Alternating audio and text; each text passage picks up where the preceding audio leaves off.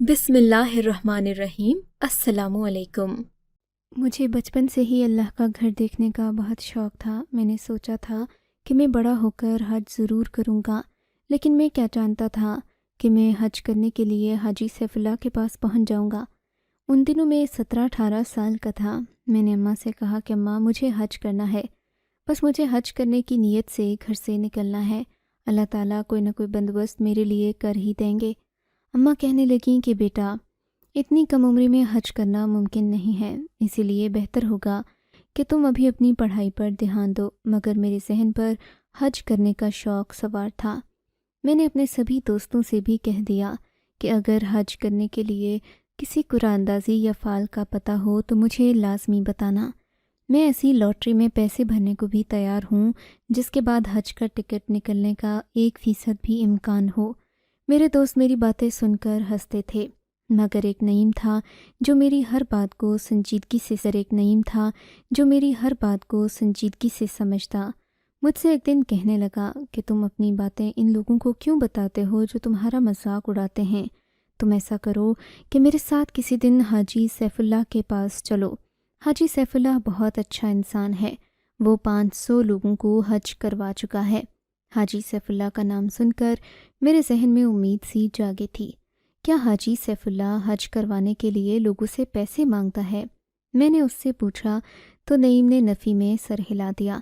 وہ جتنے پیسے لیتا ہے سمجھو کہ وہ حج کرنے کے لیے نہ ہونے کے برابر ہیں۔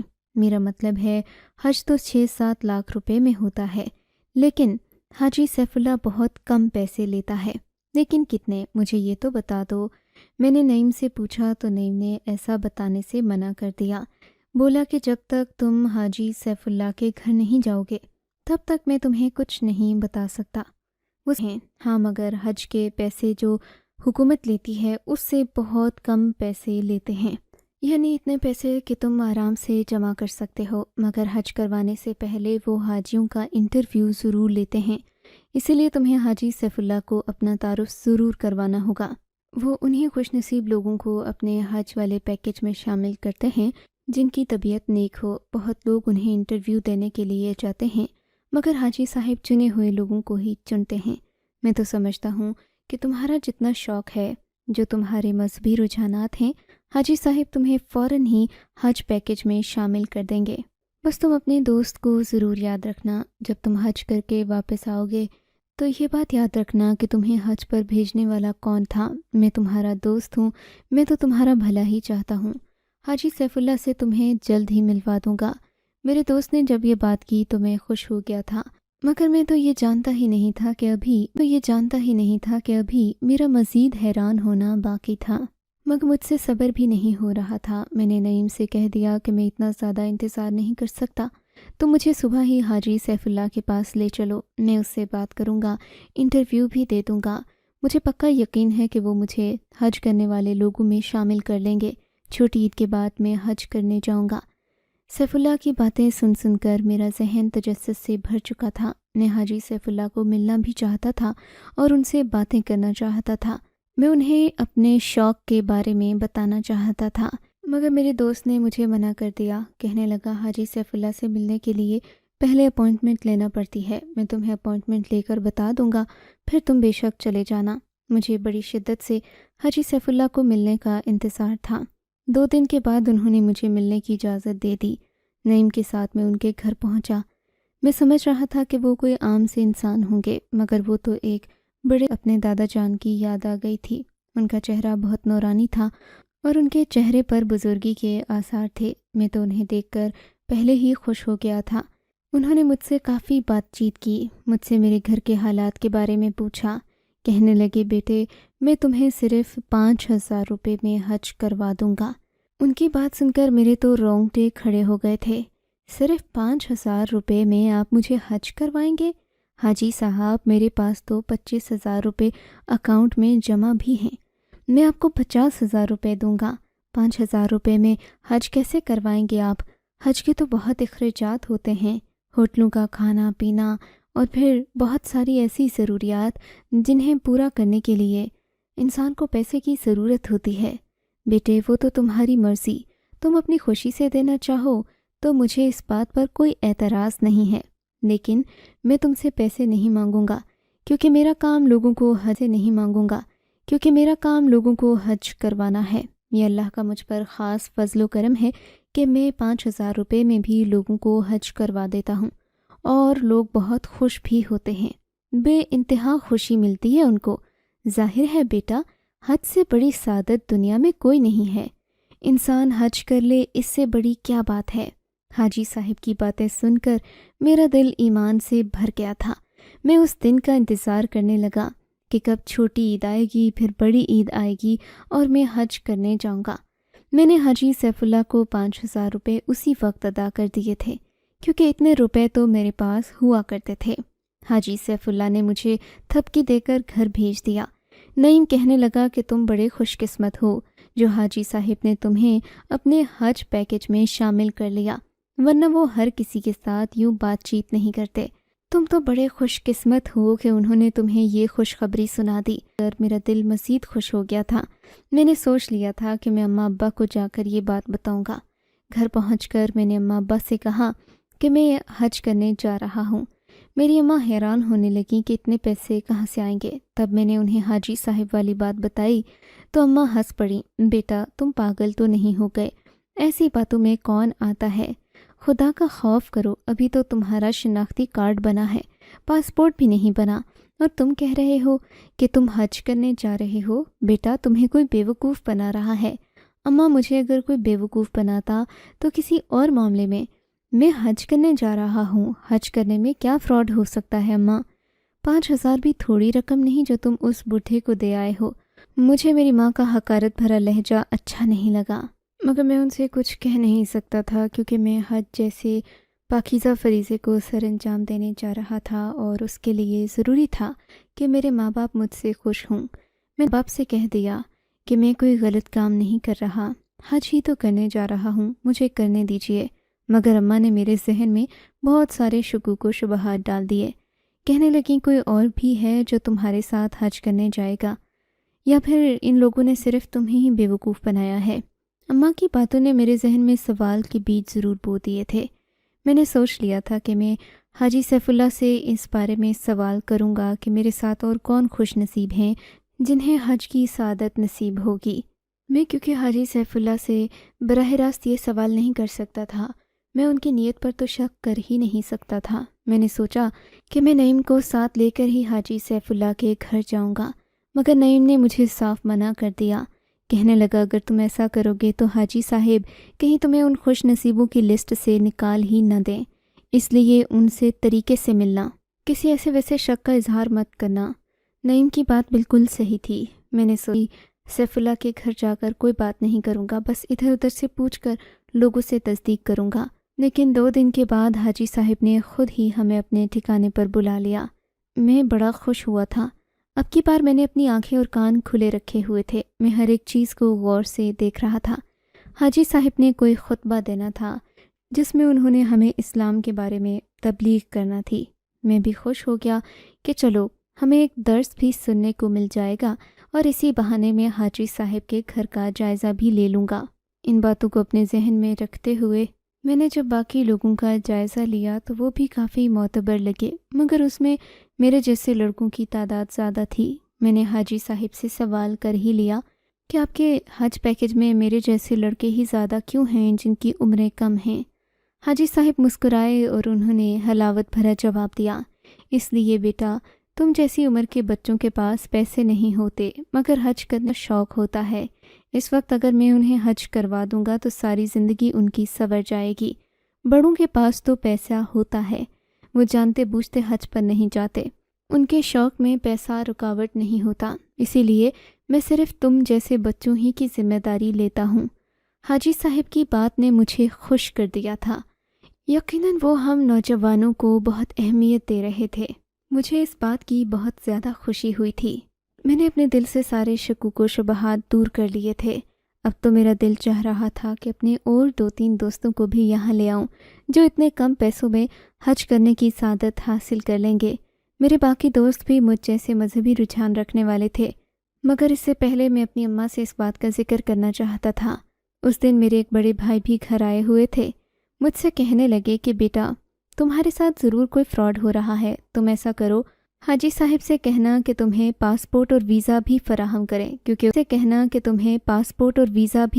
کریں، کیونکہ اس کے بغیر تو حج کرنا ممکن نہیں۔ میرا ذہن ایک بار پھر سوالوں میں ڈوب گیا تھا۔ ظاہر ہے سعودی عرب جانے اور حج کرنے کے لیے پاسپورٹ اور ویزا کا ہونا تو ضروری تھا، مگر اگلے ہی دن حاجی صاحب نے تو کمال کر دیا۔ حاجی سیف اللہ نے ہمیں 2500 روپے میں پاسپورٹ بھی بنوا دیا اور ساتھ ہی ساتھ ہمیں ویزا بھی دے دیا گیا۔ اس بات نے تو ہم سب کو ہی حیران کر دیا تھا۔ اب تو نعیم بھی اس بات پر رشک کرنے لگا، کہنے لگا کہ کاش حاجی صاحب مجھ سے بھی اتنے کم پیسوں میں حج کروانے کا وعدہ کر لیتے تو میں تمہاری طرح سعودی عرب گھوم پھر کر آ جاتا، میرے لیے اس سے بڑی بات کیا ہوتی، لیکن بس تمہارے جیسی قسمت ہر کسی کی نہیں ہوتی۔ نعیم جب یہ باتیں کرتا تو مجھے خود پر فخر محسوس ہوتا تھا۔ میں سوچنے لگتا کہ کتنی بڑی بات ہے جو مجھے حج و عمرہ کی سعادت مل رہی ہے، وہ بھی اتنی کم عمری میں۔ خیر سارے مرحلے مکمل ہو گئے تھے، اب تو بس ہمیں حج والے دن کا انتظار کرنا تھا، بڑی عید کا انتظار کرنا تھا۔ میرے اماں ابا نے قربان کرنے کے لیے ایک بکرا بھی لیا، مگر میں تو اسی بات کے ذوم میں تھا کہ میں حج کروں گا۔ مجھے اس قربانی کی اس سال ضرورت نہیں، کیونکہ اس سال تو میں اللہ کے گھر میں ہوں گا۔ میرا دل مارے خوشی کے پھٹنے والا تھا۔ میرے اماں ابا مجھے آخر دم تک منع کرنے لگے، بولے کہ بیٹا یہ تم صحیح نہیں کر رہے، 5000 روپے میں دنیا کا کوئی حج نہیں ہوتا، بھلے تم 2 لاکھ روپے بھی لٹا دیتے، لیکن حج کرنا اتنا آسان نہیں ہے، ہماری عمریں اتنی زیادہ ہو گئی ہیں، مگر آج تک ہم حج نہیں کر پائے۔ مجھے اماں ابا کی بات سن کر حاجی سیف اللہ کی وہی بات یاد آ گئی کہ بڑے بڑے لوگوں کو حج کی سعادت نصیب نہیں ہوتی کیونکہ ان کے ارادے پختہ نہیں ہوتے۔ اماں ابا کی زندگی پر مجھے افسوس ہونے لگا، مگر میں خاموش ہو گیا۔ پتہ نہیں 3 مہینے پلک جھپکتے کیسے گزر گئے۔ وہ دن بڑے خوبصورت تھے جب میں ہر جانے کے خواب دیکھتا، سوچتا کہ وہاں جا کر پہلی دعا کیا مانگوں گا۔ تبھی بڑی عید کے دن آ گئے تھے۔ اماں ابا نے بکرا ذبح کرنا تھا، لیکن ہمیں تو کچھ دن پہلے ہی حج کے لیے روانہ ہونا تھا۔ مجھے ایسا لگ رہا تھا کہ ہمیں حج پر جانے کے لیے احرام دیے جائیں گے۔ یہ وہ کپڑا ہے جسے باندھ کر حج کیا جاتا ہے، مگر جیسے ہی ہم لوگ وہاں پہنچے، حاجی صاحب کے گھر کے باہر جتنے بھی لڑکے جمع تھے وہ تو عام کپڑوں میں تھے، انہیں دیکھ کر لگتا ہی نہیں تھا کہ وہ حج کرنے جا رہے ہوں۔ میں نے جب ان سب سے پوچھا تو کہنے لگے کہ حج کرنے والا خاص کپڑا تو حج والی جگہ پر ہی باندھا جاتا ہے، ابھی تو ہم یہاں سے جائیں گے، سعودی عرب پہنچ کر ہی ہم وہ کپڑا باندھیں گے، اس لیے تم پریشان نہیں ہو۔ ان لوگوں کی باتیں سن کر میں مطمئن ہو گیا تھا۔ ویسے میرے پاس اپنا تو کوئی جواب نہیں تھا، میں نے اس سے پہلے حج کے بارے میں زیادہ معلومات نہیں کی تھیں، بس میں خاموش ہو گیا۔ ہم سب لڑکوں کو ایک گاڑی پر سوار کیا گیا، گاڑی میں سبھی لڑکے کم عمر تھے۔ اب یہ بات مجھے چبھنے لگی تھی، میرے ذہن میں طرح طرح کے خیال آنے لگے کہ یہاں ایک بھی بوڑھا آدمی نہیں ہے، سب کے سب نوجوان لڑکے ہی تھے۔ لیکن بہرحال حاجی صاحب کی بار بار مجھے باتیں یاد آتی تو میں خود کو تسلی دے کر مطمئن کر لیتا تھا۔ بس ایک جگہ پر رکی تھی، بس کدھر جا رہی تھی مجھے کچھ پتہ نہیں تھا۔ ہونا تو یہ چاہیے تھا کہ یہ بس ایئرپورٹ کی طرف جاتی، لیکن وہ ایئرپورٹ نہیں بلکہ صحرا کی طرف جا رہی تھی۔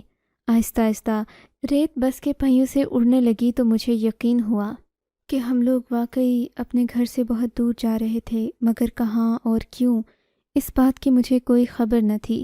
بس ذہن پر ایک ہی دھن سوار تھی کہ ہم اللہ کے گھر جا رہے ہیں۔ رفتہ رفتہ میری آنکھیں بند ہونے لگیں، نیند سے آنکھیں بوجھل ہونے لگیں۔ کچھ ہی دیر گزری تھی کہ میں ہوش و حواس سے بیگانہ ہو گیا۔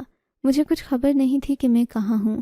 ہاں بس سفر کرنے کا اندازہ تھا کہ ہماری گاڑی آگے کی طرف جا رہی ہے، لیکن کہاں جا رہی ہے اتنی ہمت نہ تھی کہ آنکھیں کھول کر باہر دیکھ سکوں۔ میرے ذہن میں طرح طرح کے خیالات آتے اور گزر جاتے، اس کے بعد ہوش نہیں رہا۔ پھر میرا ذہن مکمل طور پر تاریکی میں ڈوب گیا۔ خدا جانے کتنی دیر ایسے ہی رہا، پتہ نہیں میں کتنی دیر یوں ہی پڑا رہا۔ جب میری آنکھ کھلی تو کافی وقت گزر چکا تھا۔ میرے جسم سے مارے درد کے ٹیسیں اٹھ رہی تھیں، ایسا لگ رہا تھا کہ کسی نے مجھے مار کر یہاں پھینک دیا ہو، لیکن میں تو لڑکی نہیں تھا کہ مجھ سے کوئی فائدہ اٹھا سکے۔ میں خود کو ٹٹول کر دیکھنے لگا۔ میں نے مختلف کپڑے پہن رکھے تھے۔ اب جو میں نے اپنے جسم پر کپڑا پہنا تھا وہ میرے والے کپڑے نہیں، بلکہ حج کے دوران پہنا جانے والا سفید رنگ کا یہ کپڑا مجھے مکمل ڈھانپے ہوئے تھا، مگر میرا جسم بخار میں تپ رہا تھا۔ یہ دیکھ کر مجھے عجیب سا محسوس ہوا۔ پھر میں چھت کو گھورنے کی بجائے اٹھ کر اپنے بیڈ پر بیٹھ گیا۔ میں نے دیکھا آس پاس اور بھی لڑکے تھے جو اسی طرح احرام میں لیٹے ہوئے تھے۔ انہیں دیکھ کر مجھے کچھ تسلی ہوئی اور یقین بھی ہوا کہ واقعی ہم کہیں جا رہے ہیں، لیکن تبھی میرے ذہن میں پچھلی یادیں گھومنے لگیں۔ مجھے خانہ کعبہ کا طواف کرتا اپنا آپ یاد آنے لگا۔ مجھے یوں محسوس ہونے لگا جیسے میں حج کر کے آیا ہوں۔ مجھے اپنے وجود سے خوشبو سی محسوس ہونے لگی۔ میرے وجود پر عطر ملا ہوا تھا۔ ایسی خوشبودار اور مہکی ہوئی فضا میں خود کو پا کر ایک لمحے کے لیے مجھے گمان بھی ہوا کہ میں کہاں آ گیا ہوں، لیکن ابھی میں یہ نہیں جانتا تھا کہ مجھے زور کا ایک جھٹکا لگنے والا ہے۔ جب میں نے اپنا موبائل فون ڈھونڈنے کی کوشش کی تو مجھے پڑا مل گیا، لیکن جب فون پر میں نے تاریخ دیکھی تو میری جان واقعتاً نکل گئی تھی۔ مجھے تو یہاں آئے ہوئے 15 سے 20 دن گزر چکے تھے۔ مجھے تو اپنی آنکھوں پر یقین نہیں آ رہا تھا کہ اتنا زیادہ وقت گزر چکا ہے۔ میں سچ مچ پریشان ہو گیا تھا۔ کیا میں حج کر چکا ہوں؟ کیونکہ ذی الحج کا مہینہ تو نکل چکا تھا۔ اسلامی مہینے کی تقریباً 22 تاریخ تھی، جبکہ حج تو 9 اور 10 کو ہوتا ہے۔ یہ تو کافی زیادہ وقت تھا۔ پھر میں نے ان لڑکوں کی طرف دیکھا جو میرے ساتھ ہی اس کمرے میں موجود تھے۔ یہ تو ایسے پرسکون سو رہے تھے جیسے ابھی ابھی حج کر کے آئے ہوں۔ اگر ہم نے حج ہی کیا ہے تو اتنا زیادہ وقت کیوں گزر گیا؟ کہاں گزرا اتنا وقت؟ میں اپنے ذہن پر زور دینے لگا۔ مجھے سر میں درد محسوس ہونے لگا۔ ہاں، مگر حج کی یادیں میرے ذہن میں موجود ضرور تھیں۔ میں حج کے سبھی اراکین کو یاد کر پا رہا تھا۔ میرے ذہن میں ایک ایک بات محفوظ تھی، لیکن یہ کیا؟ میں نے حج کب کیا؟ یا اللہ، مجھے یاد کیوں نہیں آ رہا؟ میں اپنے ذہن پر زور ڈالتا اس کمرے سے باہر آنے کے لیے اپنے بیڈ سے اٹھا۔ دروازے پر پہنچ کر میں نے دروازے کو کھولنے کی کوشش کی تو پتہ چلا کہ دروازہ تو باہر سے بند تھا۔ مجھے اور زیادہ حیرت ہوئی تھی۔ یہ بھی نہیں پتہ تھا کہ میں کون سی جگہ پر ہوں، اپنے ملک ہوں یا سرزمین حجاز پر ہوں۔ یا اللہ، مجھے کچھ تو پتہ چلے۔ میرا ذہن الجھن کا شکار ہو چکا تھا، لیکن ظاہر ہے میں یہاں شور کر کے چیخ چلا کر ان لڑکوں کو نہیں جگا سکتا تھا۔ اسی وجہ سے میں چپ چاپ بیٹھ کر انتظار کرنے لگا۔ آخر یہ لڑکے کبھی تو اٹھیں گے، ابھی نہیں تو 10 منٹ بعد، 1 گھنٹے 2 گھنٹے بعد تو ضرور جاگیں گے۔ ایسا ہی ہوا۔ میں ان لڑکوں کا انتظار کرنے لگا۔ ایک ایک کر کے وہ سب بھی جاگنے لگے، مگر ان کی آنکھوں میں بھی بالکل ویسی ہی حیرت تھی جو میری آنکھوں میں تھی۔ ان کے من میں بھی سوال تھے۔ وہ ایک دوسرے سے پوچھنے لگے کہ ہم کہاں ہیں۔ میں نے بھی ان سے سوال کیا کہ تم لوگ کیا میری طرح سوئے اور اس کے بعد اٹھے؟ کہنے لگے کہ ہاں، ہمیں تو یہی یاد ہے، لیکن ایسا لگتا ہے، شک ہو رہا ہے کہ ہم نے حج بھی کر رکھا ہے۔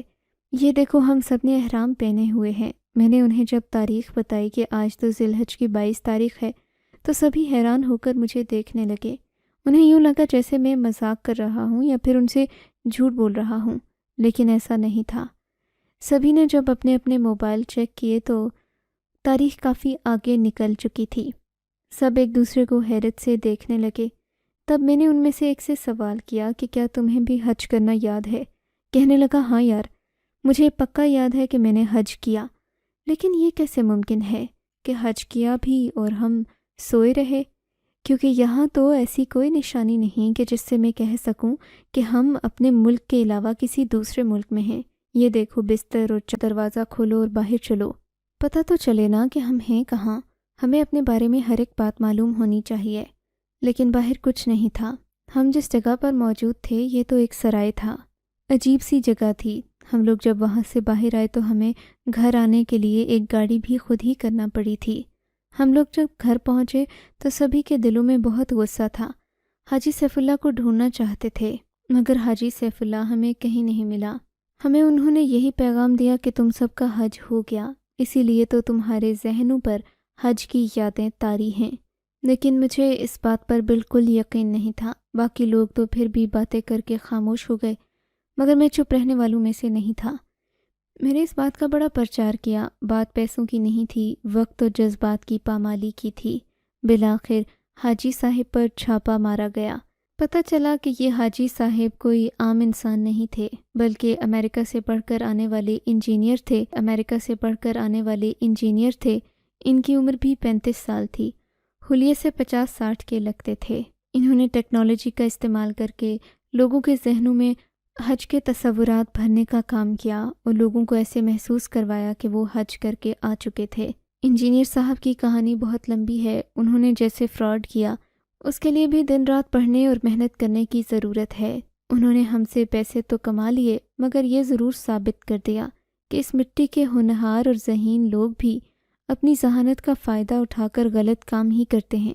اگر ہم بھی ان لوگوں میں سے ہو جائیں جو دوسروں کو فائدہ پہنچانے کے لیے اپنے ذہن کا استعمال کریں تو شاید آج ہمارا ملک بہت آگے جا چکا ہوتا، مگر افسوس ہمارے ملک میں حاجی سیف اللہ جیسے انجینئر ہی پیدا ہوتے ہیں۔